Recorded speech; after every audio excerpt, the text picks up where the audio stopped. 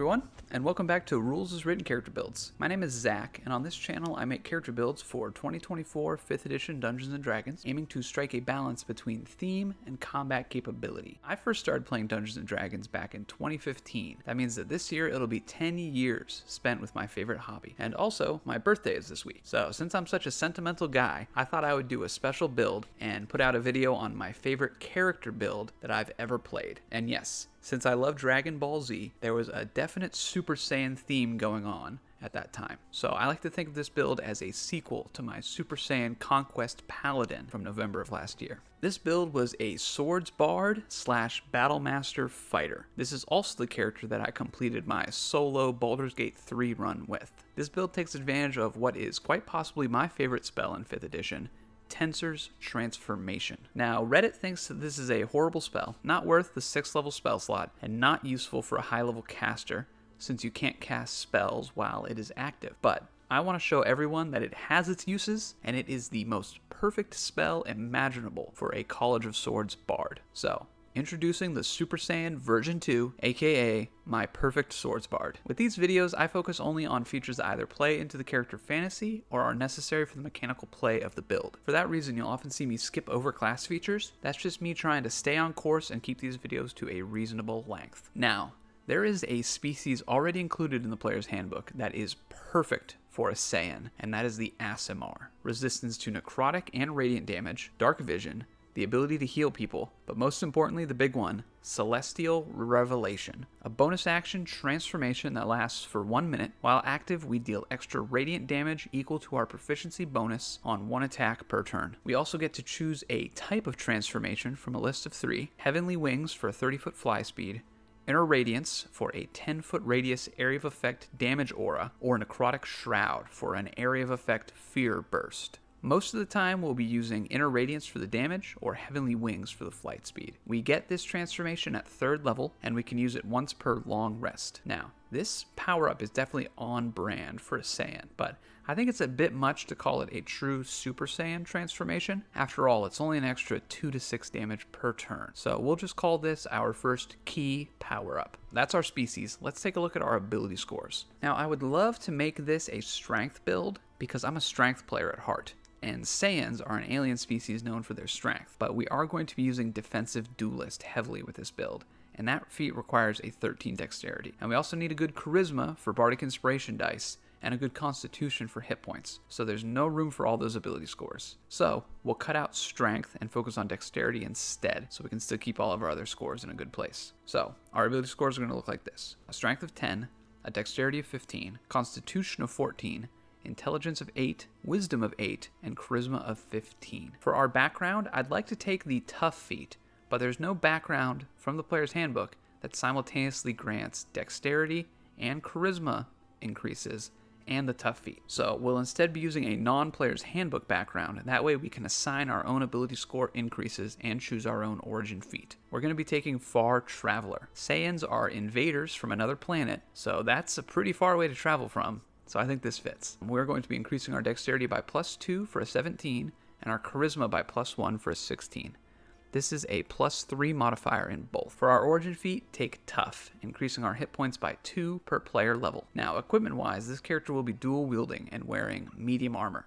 So start with Scale Mail, a short sword, and a scimitar. Look out for some half plate as soon as possible. Alright, let's take a look at the roadmap we're going to be following. Level 1 will be Fighter Level 1, 2 through 13 will be Bard Levels 1 through 12, 14 through 15 will be Fighter Levels 2 and 3, 16 through 19 will be Bard Levels 13 through 16, and level 20 will be Fighter Level 4. So this roadmap starts us off in Fighter for the weapon proficiencies, fighting style, but most importantly, proficiency in Constitution saving throws for all the concentration spells we'll be using along the way. Then it's Bard all the way until Magical Secrets to pick up Tensor's Transformation, before back to Fighter for Battlemaster, then back to Bard for the last Swords Bard feature, and then it's a 16-4 split for 2 epic boon feats. And remember everyone, epic boons are feats. They just require level 19 to take. So if we have an ability score improvement at level 19 and 20, such as with Bard level 16 and Fighter level 4, we can take 2 epic boon feats. So that's the roadmap. Let's get into the levels. At Fighter level 1, we'll get Constitution saving throw proficiency, weapon masteries, and a fighting style. So like I said, we want con save proficiency for all our concentration spells that we're going to be theming as Super Saiyan transformations. For weapon mastery, since we are going to be dual wielding, we'll want scimitars and short swords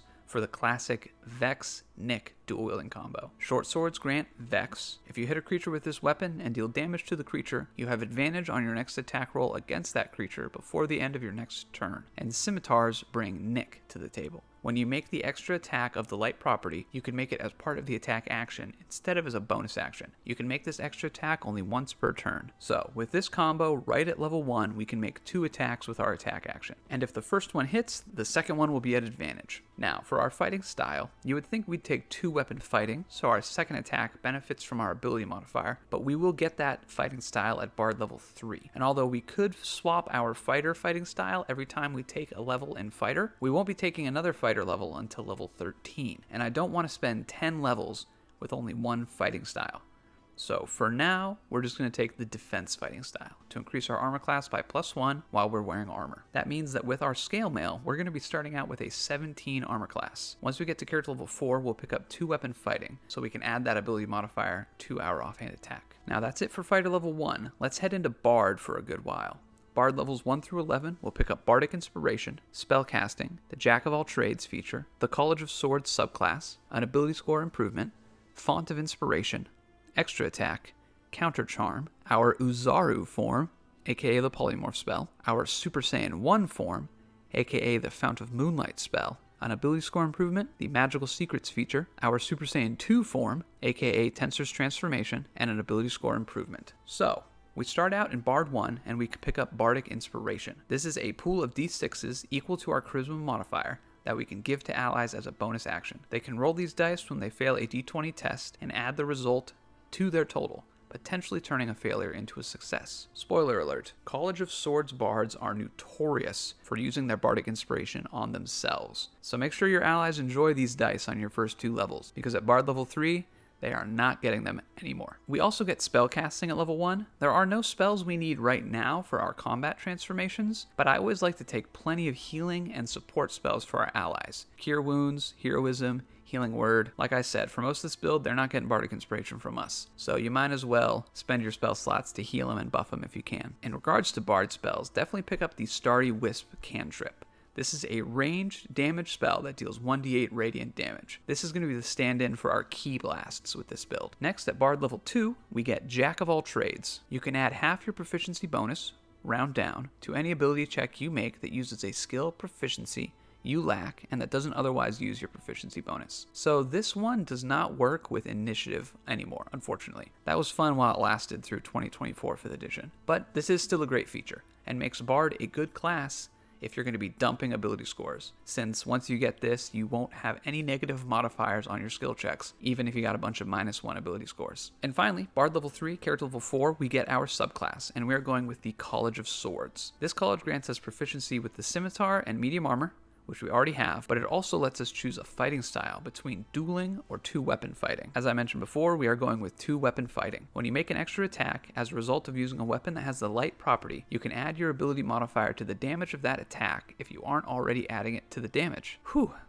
It feels good to finally have this. I wish we'd been able to start with it at level 1, but I think overall, it's better to just get it now. Okay, so with this fighting style, both of our light weapon attacks are getting our dexterity modifier to their damage. The best part of this subclass, however, is the Blade Flourish feature. Whenever you take the attack action on your turn, your walking speed increases by 10 feet until the end of the turn, and if a weapon attack that you make as part of this action hits a creature, you can use one of the following Blade Flourish options of your choice. You can use only one Blade Flourish option per turn. Defensive Flourish. You can expend one use of your Bardic Inspiration to cause the weapon to deal extra damage to the target you hit. The damage equals the number you roll on the Bardic Inspiration die. You also add the number rolled to your armor class until the start of your next turn. Slashing Flourish. You can expend one use of your Bardic Inspiration to cause the weapon to deal extra damage to the target you hit and to any other creature of your choice that you can see within 5 feet of you. The damage equals the number you roll on the Bardic Inspiration die. Mobile Flourish. You can expend one use of your Bardic Inspiration to cause the weapon to deal extra damage to the target you hit. The damage equals the number you roll on the Bardic Inspiration die. You can also push the target up to 5 feet away from you, plus a number of feet equal to the number you roll on that die. You can then immediately use your reaction to move up to your walking speed to an unoccupied space within 5 feet of the target.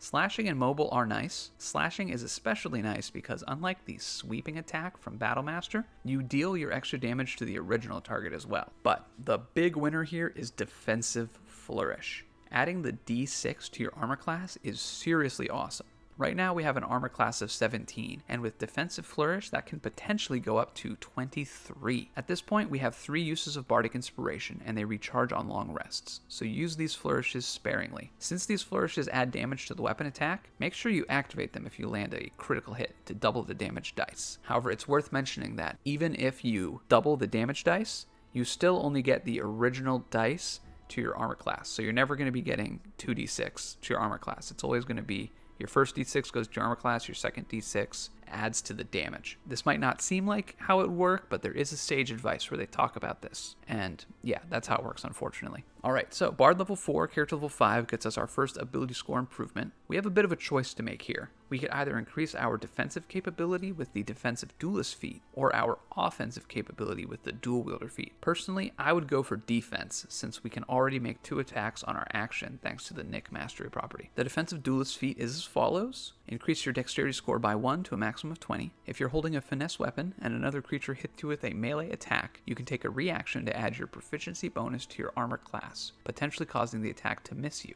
You gain this bonus to your armor class against melee attacks until the start of your next turn. In 2014 5th edition, this armor class increase only applied to the triggering attack. Now, having it last all round instead is a huge buff, and this is now one of my favorite feats. So we have a 17 armor class. We can now add our proficiency bonus to it as a reaction for a 20 armor class, and as part of an attack we make, we can add a d6 to that for potentially up to a 26 armor class. Avoidance is the best type of defense, and we are a master of avoidance with this build. Also, this feat will bump our dexterity to 18 for the +4 modifier. Next, at Bard level 5, Character level 6, we get a huge ability for us, Font of Inspiration. You now regain all your expended uses of Bardic Inspiration when you finish a short or long rest. In addition, you can expend a spell slot, no action required, to regain 1 expended use of Bardic Inspiration. Getting those flourish charges back on a short rest means we can throw them out way more often, and getting to trade spell slots for charges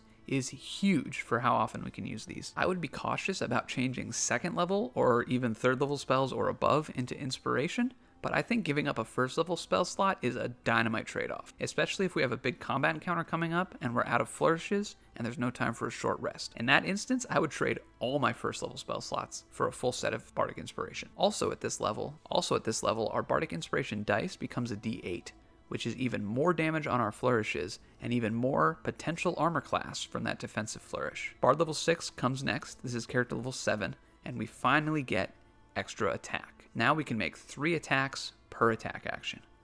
Feels good. Our next level, Character level 8, Bard level 7, is a pretty huge level for us. We get 4th level spell slots, and we can pick up our very first Super Saiyan transformation. We're picking up the Fount of Moonlight spell to act as our Super Saiyan 1. A cool light wreathes your body for the duration, emitting bright light in a 20-foot radius and dim light for an additional 20 feet. Until the spell ends, you have resistance to radiant damage, and your melee attacks deal an extra 2d6 radiant damage on a hit. In addition, immediately after you take damage from a creature you can see within 60 feet of yourself, you can take a reaction to force the creature to make a Constitution saving throw. On a failed save, the creature has the blinded condition until the start of your next turn. 2d6 radiant damage on all of our weapon attacks is a huge damage buff. The reaction blinding effect is pretty cool, but that bright light aura is very Super Saiyan, illuminating a dark and stormy night, just like Goku on Namek. This spell costs an action to cast, but since Celestial Revelation uses a bonus action, we can activate both of them on the same turn and have a total power-up moment. Not very mechanically effective, giving up a whole turn, but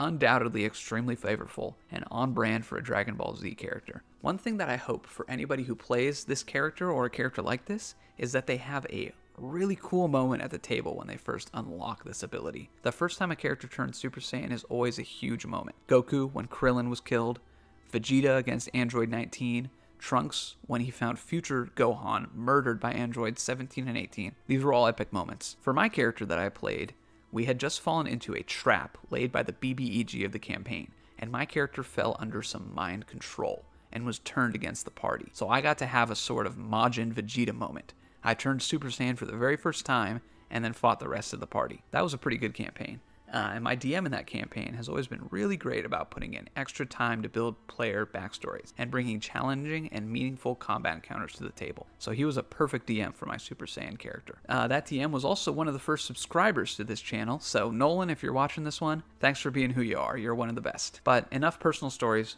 Let's get back to the character build. We can also pick up the Polymorph 4th level spell at this level, which lets us transform into any beast whose challenge rating is equal to our level or lower. And you know what beast qualifies for this? The giant ape. So now we have our very own great ape, aka Uzaru form. And finally, for this level, we also get the counter charm feature. You can use musical notes or words of power to disrupt mind influencing effects.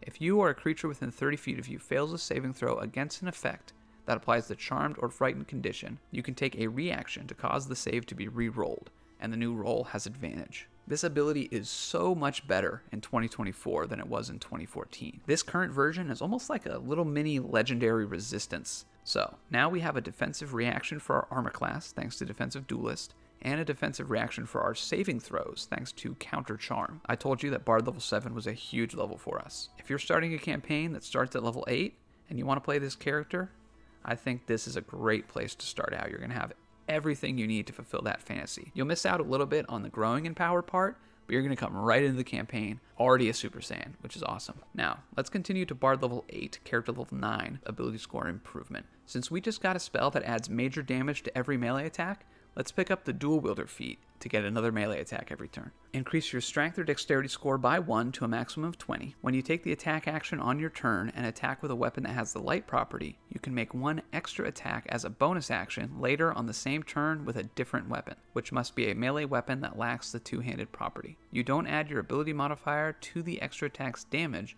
unless that modifier is negative. Now, we can make an attack with our bonus action whenever we make an attack with a light weapon as part of our action. So, including the Nick Mastery property, extra attack, and this feat, we are now making 4 attacks per turn. While Fount of Moonlight is active, each of these attacks is dealing 3d6 plus 4 damage, and one of them can be a Blade Flourish for an extra d8 damage. And if we have Celestial Revelation on, one of those attacks is also dealing an extra 4 radiant damage. So that's a total of 12d6 and 1d8 plus 20.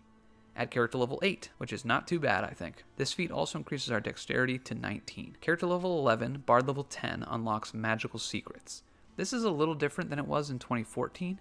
Instead of getting 2 spells from any class at this level, you can now learn spells from the Cleric, Druid, or Wizard spell list whenever you gain new spells as part of leveling up. Additionally, you can swap out one prepared Bard spell with a spell from any of those classes whenever you gain a level. This is a huge buff to accessible spell amount. From here on out, we can just take nearly any spell we want every time we level up. There isn't one I specifically have in mind at this moment, but next level, once we unlock 6 level spell slots, I have my eye on too. Also at Bard level 10, our Bardic Inspiration dice is now a D10, and our proficiency bonus is a +4 at this point. Assuming we've gotten ourselves some half-plate, we'll have a base armor class of 18, 22 with defensive duelist up, and possibly up to 32, depending on how we roll with that defensive flourish. Alright, let's go to the next big level. Bard level 11, character level 12, we are getting the Tensor's Transformation spell. You endow yourself with endurance and martial prowess fueled by magic. Until the spell ends, you can't cast spells, and you gain the following benefits. You gain 50 temporary hit points. If any of these remain when the spell ends, they are lost. You have advantage on attack rolls that you make with simple and martial weapons. When you hit a target with a weapon attack, that target takes an extra 2d12 force damage. You have proficiency with all armor, shields, simple weapons, and martial weapons. You have proficiency in strength and constitution saving throws, and you can attack twice instead of once when you take the attack action on your turn. You ignore this benefit if you already have a feature, like extra attack, that gives you extra attacks. Immediately after the spell ends, you must succeed on a DC 15 constitution saving throw, or suffer 1 level of exhaustion. 50 temporary hit points. advantage on all weapon attacks, and an extra 2d12 force damage on each of those hits. I cannot think of a better spell to encapsulate the Dragon Ball Z Super Saiyan fantasy. And for this build, this spell is representing our Super Saiyan 2. Also, I think you should go ahead and pick up the Sunbeam spell at this level, a 6th level concentration spell that launches a beam of sunlight from our hands in a 5 foot wide, 60 foot long line. This beam deals 68 radiant damage and blinds targets who fail their saving throw. This is our Kamehameha wave, and I love it. This spell also has concentration, and during the minute we can repeat the beam every round as a magic action. So we can hold it just like a Kamehameha. That's almost like a beam struggle. And once we get Action Surge from Fighter, we can even activate this twice per turn, because reactivating it is only using the magic action. It's not casting the spell again. Alright. Next, we're going to pick up another ability score improvement. Since we now have some seriously powerful concentration spells, let's grab Warcaster. Increase your intelligence, wisdom, or charisma score by 1 to a maximum of 20. You have advantage on constitution saving throws you make to maintain concentration. When a creature provokes an opportunity attack from you, you can replace the attack with the casting of a spell. The spell must have a casting time of 1 action and must target only that creature. You can perform the somatic components of spells even when you have weapons or a shield in one or both hands. That advantage is going to go a long way in keeping our Super Saiyan forms from dropping while we take damage. And now that we have both of our Super Saiyan forms, let's head back into Fighter to get a bit more martial prowess. Fighter levels 2 through 3, we're going to pick up Action Surge and the Battlemaster subclass. So, Action Surge is awesome for this build, since all of our attacks while Tensor's transformation is active are dealing 2d12 and 1d6 plus 4 damage. Getting a second attack action is going to be a nice bit of burst for us. Keep in mind, we're making 4 attacks per turn, but the Nick Mastery property can only activate once per turn, and our 4th attack is a bonus action attack. So Action Surge is only going to get us 2 additional attacks for a total of 6 in one turn, but it's still great. Next, at Fighter level 3, character level 15, we're going to get our subclass, and we are picking up Battlemaster for some maneuvers. We learn 3 maneuvers of our choice, and we gain 4 superiority dice to spend on those maneuvers. These dice are d8s, and we regain all expended dice on a short rest, just like our Bardic Inspiration. I see this as an extension of our Blade Flourish feature for the Swords Bard. Keep in mind that while our Blade Flourish is only once per turn, maneuvers only limit you to 1 per attack, so we can use them on every attack in a turn if we really need to pump that damage for a single turn. This will burn through those dice quickly, but the burst damage is very powerful. And since Combat Superiority and Blade Flourish are separate features, we can even add them both to the same attack for an extra 1d10 and 1d8 damage to that attack. Stack that on a critical hit and you're getting 2d8 and 2d10 additional damage. That's going to feel just as good, if not better, than a Paladin Smite. As far as the maneuvers we should take, I definitely recommend Riposte. When a creature misses you with a melee attack, you can take a reaction and expend 1 superiority die to make a melee attack with a weapon or unarmed strike against the creature. If you hit, add the superiority die to the attack's damage. With the massive additional damage we deal on hit, thanks to Tensor's transformation, getting a reaction attack in that also gains our superiority dice in damage is going to be really solid. Plus, with a defensive flourish up, we're going to have a monster armor class, and being missed by an attack is pretty likely. Remember, this is also a reaction, so you can't do this and defensive duelist in the same turn. But if you get through a whole turn, and you haven't had to defensive duelist yet, and somebody misses you with an attack, I would go ahead and riposte them for sure. Next, precision attack is always a good one to take. When you miss with an attack roll, you can expend 1 superiority die, roll that die, and add it to the attack roll, potentially causing the attack to hit. When you deal as much damage as we do per hit, it pays to hit as often as possible, and this maneuver helps make sure that happens. Lastly, we want a maneuver that we can add on our turn for extra damage on an attack, and I recommend Goading Attack. When you hit a creature with an attack roll, you can expend 1 superiority die to attempt to goad the target into attacking you. Add the superiority die to the attack's damage roll. The target must succeed on a wisdom saving throw or have disadvantage on attack rolls against targets other than you until the end of your next turn. With an armor class in the high 20s, maybe even low 30s,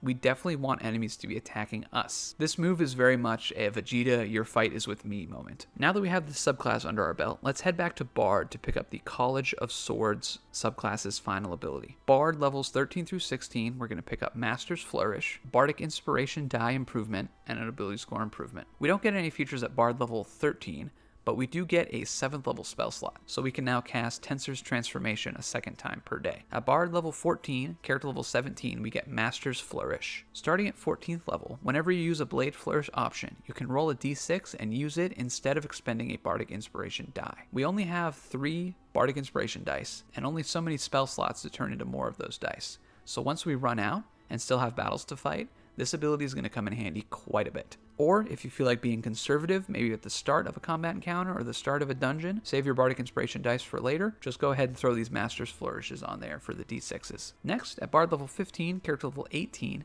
we're going to get an improvement to our Bardic Inspiration dice, up to their highest level, the D12. Adding a D12 damage with our Blade Flourishes definitely feels good. And defense-wise, this will be another huge armor class boost. With our half-plate armor and the defense fighting style, we have a base armor class of 18. Our proficiency bonus is +6 at this point, so with defensive duelist active, our armor class will be 24 against melee attacks. Plus a D12 defensive flourish, that means a possible armor class of 36. That is basically unhittable. And when I played this character in Baldur's Gate 3, I also had some adamantine armor, making all critical hits count as regular hits.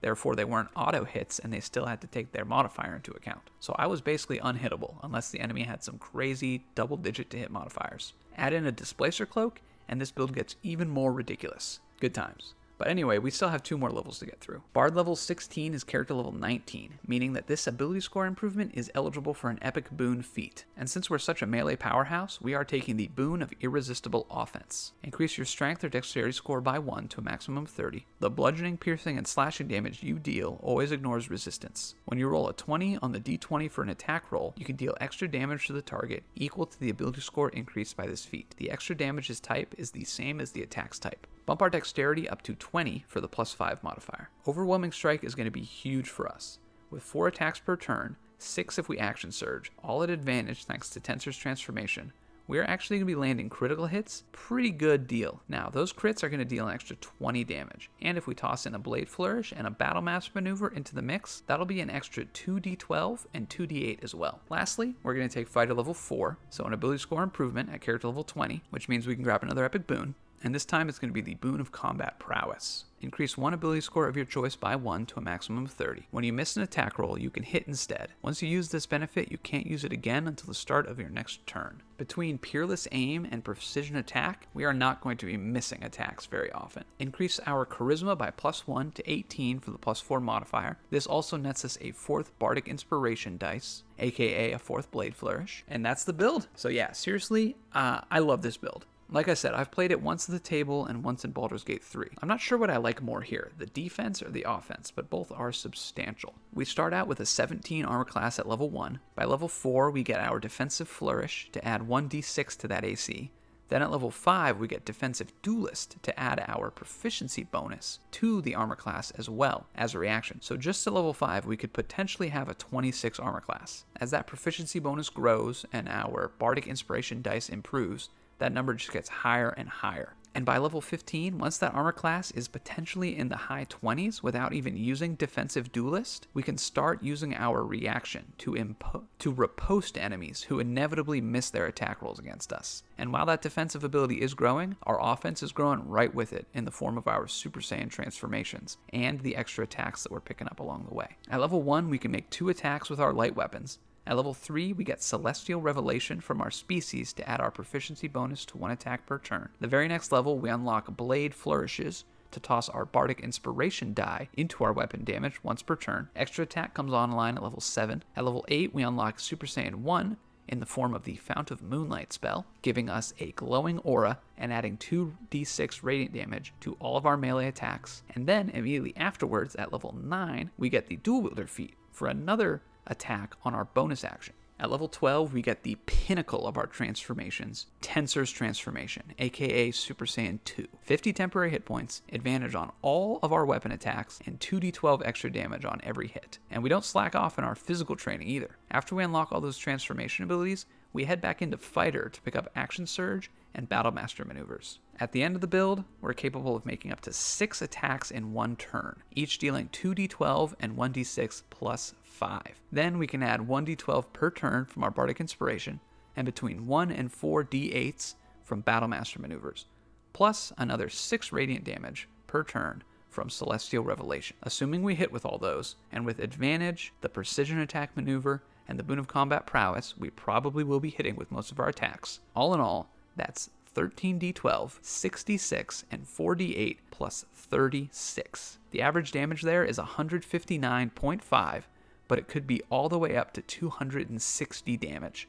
and if any of those attacks crit, we add an extra 20 damage from the Boon of Irresistible Offense. Not to mention the double damage dice, including the Flourish, the Maneuver dice, the Tensor's Transformation force damage. So to me, this build really feels like an unstoppable and almost unbeatable melee combatant. Sure, you can still get crowd controlled or caught in an area of effect damage spell, but with this build, I've always felt confident walking up to any melee enemy the DM brought out, and just like Vegeta, proudly declaring that I would be handling this one all on my own. Just like with Vegeta, it doesn't always go your way, but as far as increasing your armor class and dealing massive melee damage, we have everything we need to succeed in those areas. To double down on the Dragon Ball Z aesthetic, we also get Ki Blasts from the Starry Wisp spell, a Nuzaru form from the Polymorph spell, and a Kamehameha Wave from the Sunbeam spell. And that's it, everybody. My favorite build that I've ever played in 10 years of playing Dungeons & Dragons 5th edition. I hope you all enjoyed the video. I know that the build was pretty transformation heavy, which has become a common theme on this channel, so thanks everyone for sticking around to the end. Come back every Monday for another original character build. I think I'm going to try and do a full caster next week. I've been doing a lot of fighters and rangers and clerics and monks and stuff like that lately, so I think it's time for a good druid or warlock. Anyway,